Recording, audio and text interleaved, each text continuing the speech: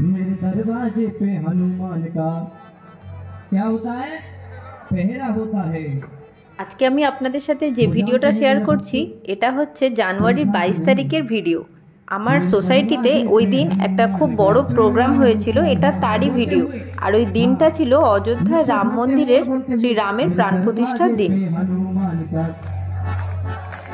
বেলা থেকেই আমাদের সোসাইটির মধ্যে যে ছোট মন্দিরটা আছে ওখানে শ্রীরামের নাম কীর্তন হচ্ছিল, আর তার সাথে একটা বেশ বড় ভান্ডারারও আয়োজন করা হয়েছিল। যদিও সকাল থেকে আমি যাইনি, তাই জন্য আমার সেগুলো সেভাবে ভিডিও করা হয়নি। আমি গিয়েছিলাম অনেকটা বেলার দিকে, তখনও পর্যন্ত কীর্তনের আসর চলছিল। এখন সেইটারই ভিডিও আপনারা দেখছেন। जब जब भी कोई संकट मुझ पे घेरा होता है, जब जब भी कोई संकट मुझ पे घेरा होता है, मेरे दरवाजे पे हनुमान का पहरा होता है, मेरे दरवाजे पे हनुमान का पहरा होता है। আর ওই দিন শুধু মন্দির নয়, আশপাশের সমস্ত জায়গায় খুব সুন্দর করে সাজানো হয়েছিল শ্রীরামের নাম লেখা পতাকা দিয়ে বা এই রকম প্রদীপ দিয়ে। সকালবেলায় এখন এই প্রদীপগুলোকে সাজানোর কাজ চলছে, প্রদীপের মধ্যে সলতে দেওয়া, প্রদীপের তেল দেওয়া।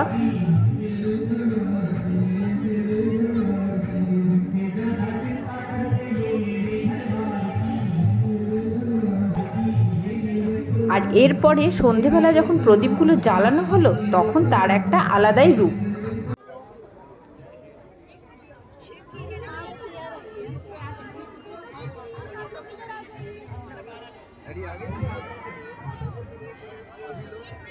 আগের ভিডিওতে আপনাদেরকে আমি যে গোল জায়গাটা দেখিয়েছিলাম মাঠের মধ্যে, সেখানেই এই প্রদীপগুলো জ্বালানো হয়েছে। আর এই প্রদীপ দিয়ে জয় শ্রীরাম লেখা।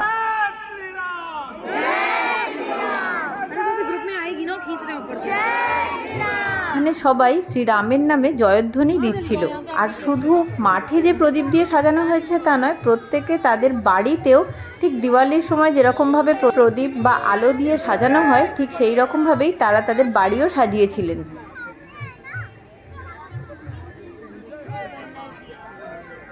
এদিন সকলের মধ্যে একটা আলাদা রকমের উন্মাদনা চোখে পড়ছিল। শুধু তাদের মধ্যে বলবো কেন, আমার নিজেরও ওখানে থেকে এই সমস্ত কিছু উপভোগ করতে ভীষণ ভালো লেগেছিল। আশা করি আপনাদেরও এই ভিডিওটা দেখে ঠিক ততটাই ভালো লাগবে।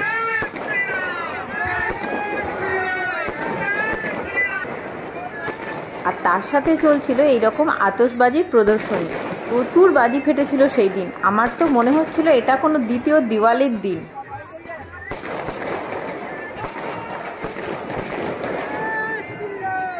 আর মাঠের মধ্যে অনেকে এরকম আগুন জ্বেলে তার চারদিকে বসেছিলেন। আসলে ওই দিনটা প্রচণ্ড ঠান্ডা ছিল, কিন্তু তাতেও মানুষের উৎসাহে কোনো কমতি সেদিন আমি দেখতে পাইনি। অনেকে এই প্রদীপ দিয়ে জয় শ্রীরাম লেখাটার টপ ভিউতে ফটো নেবেন বলে এরকমভাবে সিঁড়ি দিয়ে ওপরে উঠে তার ফটো তুলছিলেন। যদিও আমি সেসবের কোনো চেষ্টাই করিনি, তাও তার মধ্যে যতটা পেরেছি আমি শ্যুট করার চেষ্টা করেছি। আজকের ভিডিও এই পর্যন্তই। আপনাদের সাথে আমার দেখা হচ্ছে আবার পরের ভিডিওতে। ততদিন পর্যন্ত সবাই খুব ভালো থাকুন আর দেখতে থাকুন বিবি স্কোলাই। টাটা।